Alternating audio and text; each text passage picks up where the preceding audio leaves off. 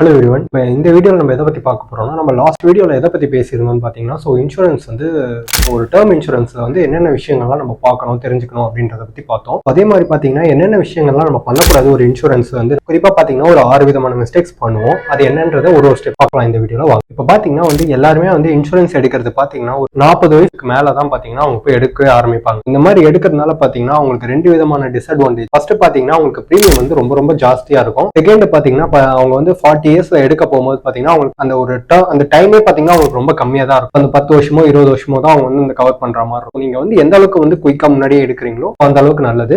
ரெண்டாவது மிஸ்டேக் பாத்தீங்கன்னா வந்து அவங்க எடுக்கக்கூடிய ஒரு இன்சூரன்ஸோ இல்ல ஒரு டேர்ம் இன்சூரன்ஸ், ஹெல்த் இன்சூரன்ஸோ பாத்தீங்கன்னா அவங்க நாமினி கிட்ட இன்ஃபார்ம் பண்ணிருக்க மாட்டாங்க. அப்படி இன்ஃபார்ம் பண்ணாததுனால பாத்தீங்கன்னா உங்களுக்கு பாத்தீங்கன்னா இப்போ இன்கேஸ் இப்போ ஒரு பர்சன் வந்து ஒரு டேர்ம் இன்சூரன்ஸ் எடுத்திருக்காரு, அவர் பாத்தீங்கன்னா ஏதோ ஒரு ஆக்சிடென்ட்ல இறந்துட்டாருன்னு வச்சுக்கலாம். ஸோ பாத்தீங்கன்னா அவங்க கூட இருக்கவங்களுக்கு பாத்தீங்கன்னா அவருக்கு வந்து இந்த மாதிரி இன்சூரன்ஸ் எடுத்திருக்காரானே அவங்களுக்கு தெரியாம போயிடும். இதனால என்ன ஆகும்னா, ஏன் நான் இந்த பாயிண்ட் உங்களுக்கு முக்கியமா சொல்றேன்னா, நீங்க ஒரு டேர்ம் இன்சூரன்ஸ் எடுத்த ஒரு பர்சன் இறந்துட்டாருன்னா வித்தின் 90 டேஸ்க்குள்ள பாத்தீங்கன்னா போய் அந்த கம்பெனி கிட்ட அவங்க ப்ராப்பரான டாக்குமெண்ட்ஸ் சப்மிட் பண்ணிட்டு கிளைம் பண்ணிக்கணும். இன்கேஸ் அவங்க 95 டேஸ்க்கு மேல போயிடுச்சு அப்படின்னு பாத்தீங்கன்னா அவங்க கண்டிப்பா வந்து உங்களுக்கு கிளைம் வந்து கொடுக்க மாட்டாங்க, ரிஜெக்ட் தான் பண்ணுவாங்க. இதனால என்ன சொல்ல வரேன்னா, இன்னைக்கு எத்தனையோ வந்து ஒரு லைஃப் இன்சூரன்ஸ் எடுத்திருக்கவங்க, டேர்ம் இன்சூரன்ஸ் எடுத்திருக்கவங்க, ஏன் ஹெல்த் இன்சூரன்ஸ் எடுத்திருக்கவங்க எல்லாம் கூட பாத்தீங்கன்னா ஹெல்த் இன்சூரன்ஸ் எடுத்திருப்பாங்க.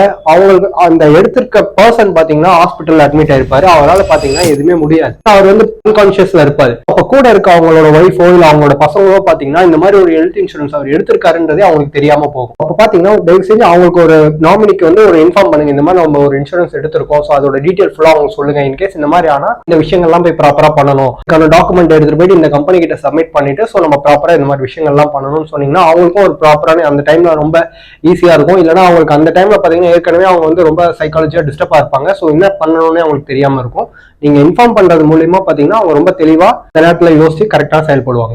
மிஸ்டேக் நம்பர் 3 பாத்தீங்கன்னா ட்ரீட்டிங் லைக் இன்சூரன்ஸ் வந்து ஒரு இன்வெஸ்ட்மெண்ட்டா அவங்க வந்து ட்ரீட் பண்ண பார்ப்பாங்க. நான் இவ்வளவு இன்வெஸ்ட் பண்ணிருக்கேன், சோ வந்து எனக்கு இதுல இருந்து ஏதாவது ரிட்டர்ன் வருமா அப்படின்னு கேட்பாங்க. ஸோ பாத்தீங்கன்னா ஒரு இன்சூரன்ஸ் அப்படின்னு பாத்தீங்கன்னா அது ஒரு பினான்சியலா நம்மள வந்து ஒரு ப்ரொடெக்ட் பண்ணதுக்கான ஒரு டூலே தானே தவிர அதை நம்ம இன்வெஸ்ட்மெண்ட்டா பார்க்க கூடாது. நீங்க இன்வெஸ்ட்மெண்ட் தான் பண்ணணும்னு அதுக்கு ஏகப்பட்ட சிஸ்டம்ஸ் வந்து நம்ம ஊர்ல இருக்கு. நீங்க ஸ்டாக் மார்க்கெட்ல இன்வெஸ்ட் பண்ணலாம், மியூச்சுவல் ஃபண்ட்ல இன்வெஸ்ட் பண்ணலாம், லேண்ட் வாங்கலாம், கோல்டு வாங்கலாம், அதெல்லாம் தான் ஒரு இன்வெஸ்ட்மெண்ட். இது வந்து நீங்க ஒரு டேர்ம் இன்சூரன்ஸ் இந்த மாதிரி ஹெல்த் இன்சூரன்ஸ் எல்லாம் எடுக்கிறீங்கன்னு பாத்தீங்கன்னா கண்டிப்பா பாத்தீங்கன்னா அதுல கட்டக்கூடிய பிரீமியம் பாத்தீங்கன்னா உங்களுக்கு அந்த ஒரு டேர்ம் அந்த ஒரு குறிப்பிட்ட வருஷத்துல உங்களுக்கு எதுவும் நடக்கல, எதுவும் ஆகல, நீங்க நல்லா தான் இருக்கீங்கன்ற பட்சத்துல உங்களால கண்டிப்பா அந்த அமௌண்ட்டை கிளைம் பண்ண முடியாது. இதுதான் நம்ம வந்து தெரிஞ்சுக்கணும். சோ நீங்க எந்த ஒரு இன்சூரன்ஸ் சூஸ் பண்ணாலும் சரி, அது வந்து ப்ராப்பரா இன்சூரன்ஸ் ஒர்க் மட்டும் தான் பண்ணணும்.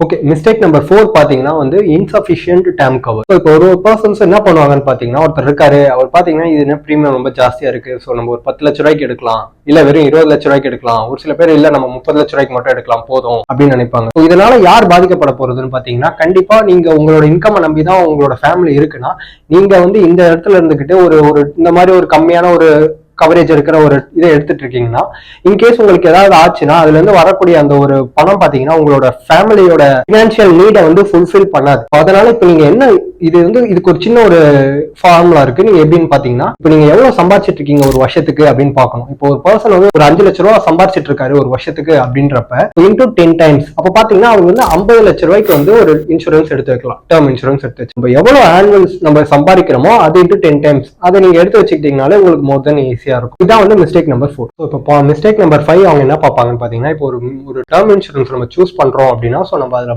குறிப்பா பாத்தீங்கன்னா ஒரு 5 விஷயத்தை ரொம்ப இம்பார்ட்டன்டா பார்க்க வேண்டியதா இருக்கும்.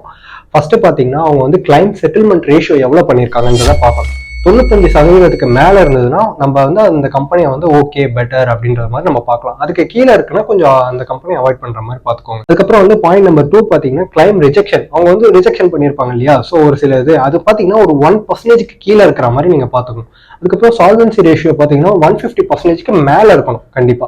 சோ அந்த மாதிரி இருக்கிறத சூஸ் பண்ணிக்கோங்க. அதுக்கப்புறம் பாத்தீங்கன்னா உங்களுக்கு கடைசியா பாத்தீங்கன்னா இப்ப நீங்க எந்த ஒரு டேர்ம் இன்சூரன்ஸ் எடுத்துக்கிட்டாலும் அதுல கட்டக்கூடிய பிரீமியம் பாத்தீங்கன்னா ரொம்ப கம்மியா இருக்கணும். அது மூலமா உங்களுக்கு கிடைக்கக்கூடிய அந்த இன்சூரன்ஸ் பணம் பாத்தீங்கன்னா கொஞ்சம் பெருசா இருக்கணும். இது கண்டிப்பா நடக்கணும்னா நீங்க எந்த அளவுக்கு குயிக்கா உள்ள என்டர் ஆகுறீங்களோ அப்பதான் இது நடக்கும். ஏன்னா நீங்க இப்போ ஒரு சின்ன ஏஜ்லயே உள்ள என்டர் ஆயிடுறீங்கன்னா நீங்க கட்டக்கூடிய பிரீமியமும் கம்மியா இருக்கும். உங்களுக்கு கிடைக்க அந்த டேர்ம் உங்களுக்கு ஏதாவது ப்ராப்ளம் நடக்கும்போது பாத்தீங்கன்னா கிடைக்கக்கூடிய அமௌண்ட் உங்க ஃபேமிலிக்கு போய் சேரக்கூடிய அமௌண்ட் ரொம்ப பெருசா இருக்கும். இன்கேஸ் நீங்க சின்ன வயசுல ஸ்டார்ட் பண்ணாம ரொம்ப பெரிய வயசுல போய் ஸ்டார்ட் பண்ணீங்க அப்படின்னா நீங்க கட்டக்கூடிய அமௌண்ட் ரொம்பவே பெருசா இருக்கும். பிரீமியம் உங்களுக்கு கிளைம் ஆகிற அமௌண்ட்டும் பாத்தீங்கன்னா அதுக்கு ஈக்குவலா இருக்காது, ரொம்ப கம்மியா தான் நீங்க ஃபீல் பண்ணுவீங்க. ஸோ அதனால முடிஞ்ச அளவுக்கு கொஞ்சம் பெட்டரா குயிக்காவே என்டர் ஆக பாருங்க. கடைசி மிஸ்டேக் வந்து இது ரொம்பவே இம்பார்ட்டன்ட், இதை நீங்க கொஞ்சம் கேர்ஃபுல்லா கவனிங்க. ஸோ என்னன்னு பாத்தீங்கன்னா இப்ப பாத்தீங்கன்னா நம்ம ஒரு பர்சன் இருக்காரு, அவர் ஒரு இன்சூரன்ஸ் போட போறாரு அப்படின்னு பாத்தீங்கன்னா ஸோ அவர் போய் அவருடைய அதுல பாத்தீங்கன்னா அவங்க வந்து உங்களோட டீடைல்ஸ் எல்லாமே கேட்பாங்க, உங்களோட பேரு உங்களோட ஏஜ் என்னன்ட்டு.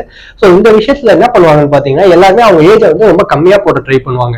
ஏன்னா இந்த மாதிரி கம்மியா போட்டாங்கன்னா அவங்களுக்கு என்ன நடக்கணும், ஆட்டோமேட்டிக்கா வந்து பிரீமியம் வந்து ரொம்ப கம்மியா ஆகும்னு சொல்லிட்டு அவங்களோட ஏஜ் வந்து மாத்தி போடுவாங்க. ஸோ இந்த மாதிரிலாம் போட்டீங்கன்னா கண்டிப்பா வந்து உங்களுக்கு இன்சூரன்ஸ் கம்பெனி வந்து இதை வந்து கண்டுபிடிச்சிட்டாங்கன்னா கண்டுபிடிச்சவனே உங்களுக்கு பாத்தீங்கன்னா இன்கேஸ் உங்களுக்கு ஏதாவது ஆகுது அப்படின்றப்ப பாத்தீங்கன்னா அவங்க வந்து முழுசா இந்த பணத்தை வந்து உங்களுக்கு கொடுக்க மாட்டாங்க, ஃபுல்லா வந்து உங்களை வந்து ரிஜெக்ட் தான் பண்ணுவாங்க இந்த உங்களோட இன்சூரன்ஸ். அதுக்கப்புறம் பாத்தீங்கன்னா பாயிண்ட் 2ல என்ன இருக்குன்னு பாத்தீங்கன்னா நீங்க உங்களோட டாக்குமெண்ட் எல்லாமே பாத்தீங்கன்னா அந்த கம்பெனிக்கு வந்து ப்ராப்பரா சப்மிட் பண்ணணும்.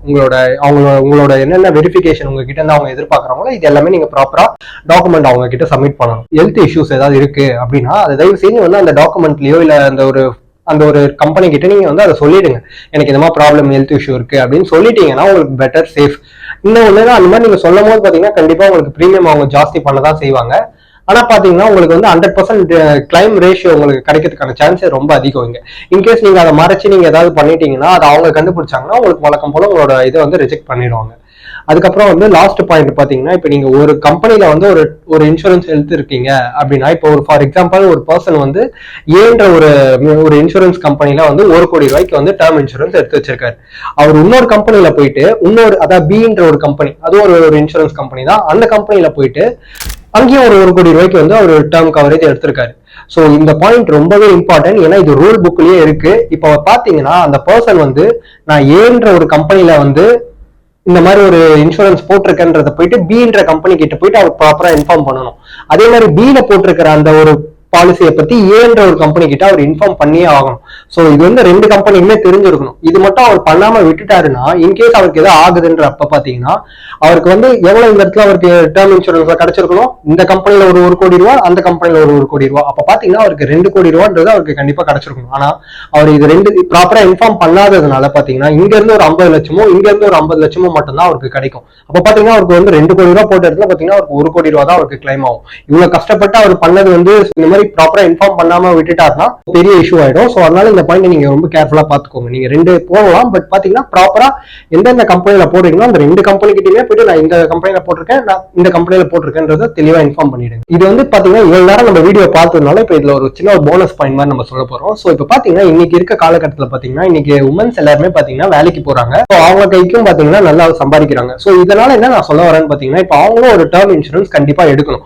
அப்படி எடுக்கிறதுனால அவங்களுக்கு என்னென்ன பெனிஃபிட் பாத்தீங்கன்னா ஃபர்ஸ்ட் பெனிஃபிட்டே பாத்தீங்கன்னா அவங்களுக்கு வந்து பிரீமியம் ரொம்ப ரொம்ப லோவா கிடைக்கும் கம்பேர் டு மென். சோ ஏன்னா அவங்களுக்கு பாத்தீங்கன்னா லைஃப் ஸ்பேன் மென்னை கம்பேர் பண்ணும்போது ரொம்ப அதிகம்ன்றதுனாலவே அவங்களுக்கு வந்து பிரீமியம் ரொம்பவே கம்மியா இருக்கும். இதை நான் ஏன் சொல்றேன்னு பாத்தீங்கன்னா இப்ப ஹஸ்பண்ட் அண்ட் ஒய்ஃப் 2 பேருமே எடுத்தாங்கன்னா ஹஸ்பண்ட் ஒரு 1 crore எடுக்கிறாரு, ஒய்ஃப் வந்து ஒரு 50 lakhs எடுக்கிறாங்க அப்படின்னு பாத்தீங்கன்னா அவங்க ஃபேமிலியோட ப்ரொடெக்ஷன் ரேட் பாத்தீங்கன்னா 1.5 CA மாறிடுது. இன் கேஸ் அவங்களுக்கு ஏதாவது ஆயிட்டா கூட அவங்களோட பசங்களுக்கு பாத்தீங்கன்னா நாளைக்கு ஒரு 1.5 கோடி ரூபான்றது போய் சேரும். இதனாலதான் நம்ம வந்து மஸ்டா எடுக்க சொல்றோம். சோ இதை பத்தி கொஞ்சம் யோசி. இது வரைக்கும் யாரெல்லாம் வந்து இன்சூரன்ஸை பத்தி போட வேண்டாம் அப்படின்னு நினைச்சிட்டு இருந்தவங்க எல்லாரும் இப்ப நம்ம வீடியோ பார்த்ததுனால இன்சூரன்ஸ் வந்து போடலான்றது ஒரு ஐடியா உங்களுக்கு கிடைச்சிருக்கும். அட் த சேம் டைம் வந்து இவ்வளவு நேரம் நம்ம வீடியோ பார்த்ததுனால உங்களுக்கு ஏதாவது ஒரு யூஸ்ஃபுல்லான இன்ஃபர்மேஷன் கிடைச்சிருக்கு அப்படின்னு நீங்க நினைச்சீங்கன்னா லைக் பட்டனை வந்து பிரஸ் பண்ணிக்கோங்க. அதே மாதிரி இந்த யூஸ்ஃபுல்லான இன்ஃபர்மேஷன் உங்க ஃபேமிலி அண்ட் ஃப்ரெண்ட்ஸுக்கு ஷேர் பண்ணணும்னு நினைச்சீங்கன்னா தாராளமா ஷேர் பண்ணுங்க. இன்னும் நம்ம சேனல்ல யாரெல்லாம் சப்ஸ்கிரைப் பண்ணாம இருக்கீங்களோ எல்லாரும் நம்ம சேனலை சப்ஸ்கிரைப் பண்ணிக்கோங்க.